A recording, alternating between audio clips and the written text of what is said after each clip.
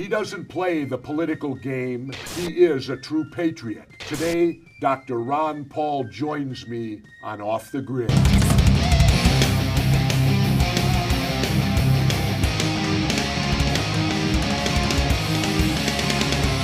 Welcome, everyone. You know, not too many people have the courage to come on Off the Grid with me. There's not too many politicians in the United States that would dare sit down with me. But today we've got a guest, and this is a man, Dr. Ron Paul, former congressman, who does have courage.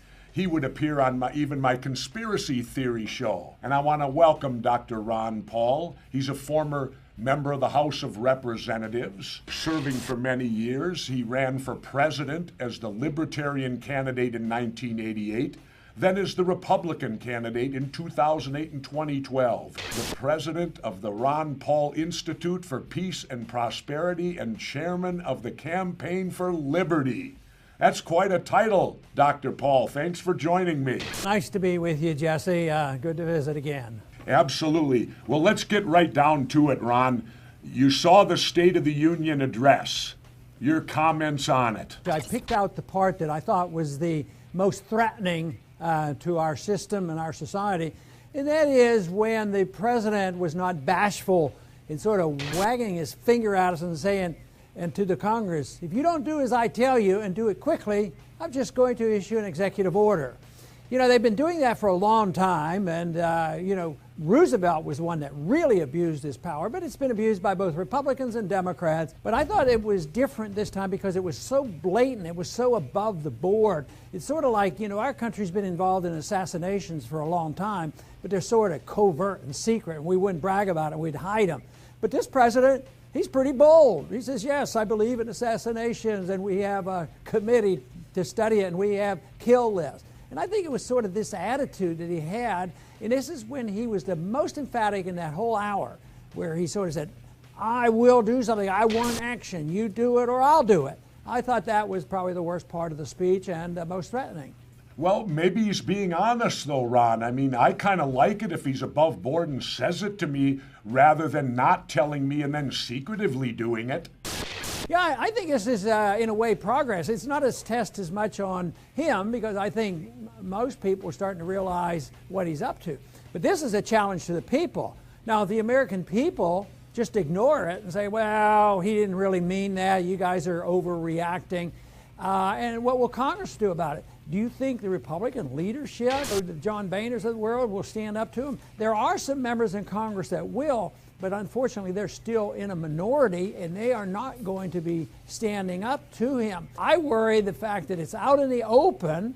Yes, give him a couple points for being blatant and honest with us, but boy, everybody else fails if they listen to this and say, well, that's not so bad. Let a president assassinate American citizens. Let a president go to war like both parties have been allowing without a declaration of Congress. Even on domestic affairs, if Congress doesn't act as quickly as the president wants, then he will take care of this by repealing that provision that Congress is supposed to write the laws, not the president.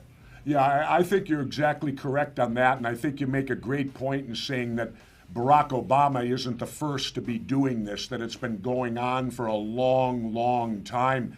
And it seems, as you said, it's getting more blatant now. They're right out in the open. Now, it's getting shady. Do we really have three branches of government anymore? And I think it all comes back again, like you and I harp on all the time, following the Constitution, following the Bill of Rights. I found it rang hollow when they when he talked about closing Guantanamo. I mean, we've been hearing about that for 4 to 5 years. They're never going to close Guantanamo. Dr. Paul, do you think they will ever close Guantanamo? Maybe when there's a total bankruptcy and they can't afford it and there are nobody's to pay the guards down there. That's about when it'll happen. But, if we give the president a little bit of credit for at least saying what he wants to do and how authoritarian he wants to be, wouldn't it be neat if we had somebody at the Federal Reserve come clean and say, this is what our real agenda is with monetary policy. It's to take care of all the special interests. It's to take care of our friends on Wall Street. It's to finance the wars. It's to, promote the welfare state. But, don't hold your breath on that. I would think it would be pretty neat. I've always, Edward Snowden came clean. Wouldn't it be neat if we had somebody really come clean and be a whistleblower on the Federal Reserve from the inside rather than us trying to figure it out from the outside? And the one place where they're the most resistant is in the area of foreign affairs, what they do with overseas. And they did a lot of it to the tune of trillions of dollars after the bubble burst in '08. And that means they can pass out trillions of dollars to other central banks, other governments, foreign banks, and it's a pretty powerful organization. Do we have a chance against them, or are we pounding our heads against the wall? Well, I wouldn't do this if I didn't think there was a chance, be engaged in trying to get information out. But I don't do this as a politician. And that is the reason that my approach in Washington was different. A lot of people used to ask me, don't you get frustrated up there with all those people you have to deal with and you never get anything really passed? And I said, well, I don't have a high expectations of ever having changed it that way. But my idea is trying to reach the people and change their minds to reject Keynesianism, to reject the Federal Reserve System, to reject paper money, and look to the Constitution. And that's where we're making progress. But I don't think we can have a whole lot of success until they're totally discredited. But believe me, and I'm sure you're aware of it, there's a lot of lost confidence in government. I think it's wonderful that people, they're not trusting our government officials. They believe we're being told lies. Edward Snowden now has not been totally destroyed by the media and the government, and people are starting to recognize that they want to hear the truth. And I think their system is going to fail. Their foreign policy is going to fail. The monetary policy is going to fail. The welfare state is going to make sure that we go broke. And they won't be able to just keep passing out more food stamps. So it'll come to an end, and the big question is, what is it going to be replaced by? Yeah, for sure. Going on to the Snowden thing, I heard he got nominated for the Nobel Peace Prize. Is that correct? I hadn't heard that. I did an interview. Hope, but one thing is you have to question the Nobel Peace Prize. Remember, our president, by the week after he was sworn in, he got the Nobel Peace Prize before he had a chance to start a new war. So, yes, I think Edward Snowden deserves the recognition. Well, the point I'm going to make on that could very well save his life. The fact that he got nominated for the Nobel Peace Prize, because there was rumblings in this country. I read some of it on the internet where there were people that wanted him killed. They wanted him put to death. That they view him as such a traitor to our country and all this. And I think by him getting this nomination, it may very well save his life. Well, let's hope so, but it's only been within a couple of weeks that I heard on the favorite Republican news station that they thought he should be executed. And believe that he's committed treason. So it's still out there, and a lot of the people in Washington believe that is the case. But hopefully public opinion will be swayed, will help sway a different attitude. And I think your point, being nominated for the Nobel Peace Prize, might help call attention in a positive way to what Snowden has done. Yeah, no, to me, I mean, how can they sit and call someone a traitor who has exposed the government for the lying and the breaking of our Constitution? I mean, that is a hero, Dr. Paul, somebody who's willing to take on the U.S. government with the truth. They are spying on us. It's all true. And it's the classic case of them trying to kill the messenger, not the message. Well, they said that his crime was that he was turning over secret information to the enemy. But we have learned that he has not turned it over to the Soviet or the Russian government or the Chinese government. There's no evidence of that, and there's no evidence that anybody has suffered the consequence. But he has turned it over to us, the people. So maybe the government looks at us as the enemy rather than some foreign government. And I think that is the problem. So we are, a threat to the establishment. Truth is, treason in the empire lies, and they knew that, and that's why they're coming down hard on him. Oh yeah, they got to make an example of him too. They want to make an example of him so that there's no more whistleblowers like him. I can see them doing that. And when you said that they're treating us, the people, like we're the enemy, I think you're exactly correct with that, because they've got us all under surveillance like we're all potential terrorists, like Ron Paul's a potential terrorist. Jesse Ventura's a potential terrorist. We have to put all these people under observation and watch what they do and all that. So let's go to the future a little bit. I hear a lot of rumblings that your son Rand may make a run for the presidency. Is that true? Well, it's true that I've heard about that on the media, and people ask me about it, but I don't have any inside information, because my guess is that an individual, like Rand, who is well known now and his views are out there, my guess is that he probably has a ways to go to make a final decision. Nobody makes a decision so early, but he's being asked that question a lot, and I think when you look at the other candidates, it looks like he could do a pretty darn good job. Well, it might be kind of interesting if Rand does run, if he took his father for vice president. Wouldn't that be interesting? Yeah, that'd be a little weird. I don't think that's going to happen. Hey. So, but I don't know if you noticed, but he's been on the receiving end. If you're out there out front and trying to change some views, and you speak critically of the government, like Jesse Ventura has and Ron Paul has on occasion, sometimes they come down hard on us. Now, lately, they've been coming down. It's the Washington Post and the New York Times starting to hit them. So maybe that's the indication that he's positioning himself rather well, because those aren't accidents. No. For a while, when I was running, I was totally ignored. But eventually, though, as soon as the primaries were about to start and the debates were starting, all of a sudden, Ron Paul's uninvited. He can't come to this particular debate. So if you're making inroads, then you have to be ready. And that's one thing I'm sure Rand is quite capable of realizing, that he has to expect, that there will be attacks on him. And I feel one place where I feel badly about him is that he will be hit because of me. Maybe some distorted viewpoint that has been thrown out there, and then put him on the defensive. That's not fair, and that's wrong. It's dishonest. They shouldn't do it, but they will do it. Yep.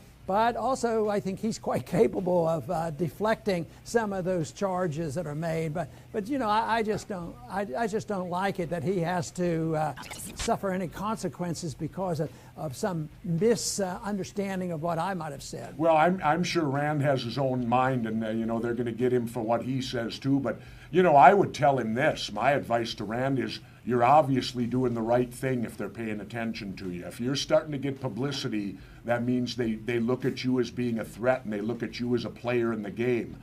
If they totally ignored him and all that, he would have more concern that way, I think. But just tell him to hang in there and weather the storm, because if they don't like him, they're sure going to come at him hard, because you and I both know that, absolutely. But I wish him well. I mean, to me, everyone has a right to run for whatever office they want in our country, and they should all be treated fairly and equally when they do that. I used to laugh when I ran for governor, because I had been a mayor, and I was the only candidate that ever had his private sector job put in front of his name. I was never Mayor Jesse Ventura.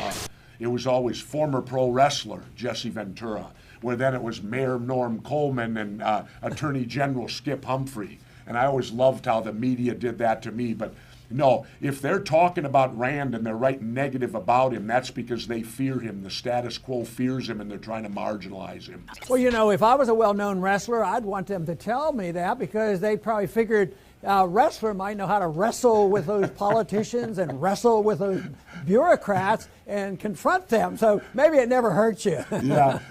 Tell me something. Do you think that Congress will be more active this year? You think they're going to do anything, or are we going to be stuck in this stalemate? And will Obama be forced to use his pen to do it on his own? Well, Congress isn't going to do anything. Let's just hope that we can stop the president. Because if they do anything, they're going to do the wrong thing. They haven't, taken their oath seriously. And the reason why you're going to have stalemate and it's not going to stop is they're out of money and they won't admit it. They haven't given up on the philosophy of big government. Last night, when they had the State of the Union message, the Republicans sat on their hands most of the time until it came to foreign affairs, militarism. They were up there clapping and cheering all this. So they're not going to cut back. It's only going to be the limit on spending. And so far, the world has been foolish enough to finance our extravagance. So they're taking our money, they're taking our dollars, and we have a negative current account deficit. And as long as they're buying our debt, this is going to continue. But when the end comes, it's going to come quickly, because they're starting to question America's finances. And when they quit taking those dollars, we can't raise taxes, no matter what the liberals are saying. Let's raise taxes and solve the problem. We can't do that. And then if they reject the dollar, we won't be able to borrow anymore. And how much lower can you lower interest rates? Bernanke got us into trouble because they were 1% too long, everybody agreed. Greenspan did that. Bernanke gets in, he takes them to minus 1%. So you can't, Yellen, who believes that is the answer, where is she going to go? So it's going to come to an end. I don't think there's going to be any agreements. If they do, it's going to be superficial, and it won't be to shrink the government in the real sense. Ron, would you agree with me? Because I was asked the question on my show, if I could cut two things in government, what would it be? And off the top of my head, I said I would cut foreign aid and I would cut defense spending. Do you agree with that? Not exactly. Okay. Foreign aid isn't enough. It's significant and it's easy to cut, but percentage-wise it's small. But I would change your wording. I don't want to cut defense. I want to cut militarism. The military spending, and you know something about the military spending that is spent just to prop up corporations to build bombs and drone missiles and ships and things that we don't need for defense. So yes, we should. And I think politically it's an easier place to cut overseas spending, which would incorporate the military spending and the foreign aid, all that. That should be a lot easier than for somebody to come up and say, well, we finally have to put our house in order, so let's make sure we cut child health care. Even though I don't believe in those programs, politically it makes no sense if you think you're going to balance the budget on welfare for children. But ultimately we have to change the whole notion of what the role of government ought to be. Ron, is Washington broken? And if it is broken, is that a bad thing? No, we want stalemate. Everybody worries about it. And if they're going to do the wrong thing, that's exactly what you want. It's broken because we're broke and they won't admit that we're out of money. And the system is broken. And therefore the two parties that agree on so much, they agree on foreign policy, they agree on monetary policy, they agree on a lot of welfare policy. They fight and argue over who gets control of the power, but they basically agree on so many of these issues. But the system is broken because we as a country, we are broke. And if you don't have the money, you can't afford it. And that's very healthy that people are starting to realize. I think the symbolism of Detroit is very, very good and very instructive, because they'd like to just ignore and say, well, that's an exception to the rule. But what if it isn't an exception to the rule? What if welfareism and excessive spending, what if Paul Krugman happens to be wrong? That all his theories are wrong and that he gave us Detroit. Well, that's a big deal, and I think that's why they will say the system is broken. If the members of Congress could just get along together and agree on more spending. When we were wealthier and our economy was growing, they got along fine because they'd compromise. I'll give you this, you give me this, and they kept spending. But those days are gone, and that's why we're nearing that climactic end, which will be an economic crisis a lot worse than what happened in 08 and 09. Wow, that's going to be brutal if it's worse than that. Well, Ron, winding things up here on the interview, let me just finish by asking you, what's in the future for Ron Paul? Same old stuff. I've been doing the same thing, I figure, from the very beginning. Before I was in Congress, the first time I ran and every other one, it was always for the goal of promoting individual liberty. And I did it. I was out of Congress for 12 years, and I had my various organizations, and I do my best. I see the problems as an educational problem, not a political problem. Politicians, will follow a prevailing attitude by the people. So I'm going to spend a lot of time on this Ron Paul channel to, get information, get the truth out about the various problems that we have, foreign policy, civil liberties, and economic problems. And I'm also going to be very much involved in trying to find those people who want to study early on and have their kids learn about the freedom philosophy. And that's why I've started the homeschooling program. And that's getting underway and doing quite well. That's exactly what the progressives did. They got control of our schools. But now people are recognizing the school system is broken, and therefore they're looking for something better for their children, and I'm very much involved in that as well. Well, Ron, keep up the great work. It's great to talk to you, and we'll keep pushing forward with you on Off the Grid. I want to thank you very much, Dr. Ron Paul, for joining me on Off the Grid. I'm on Tuesday through Friday on Aura.tv, and remember, people, be like Dr. Paul and Jesse Ventura. Stay vigilant.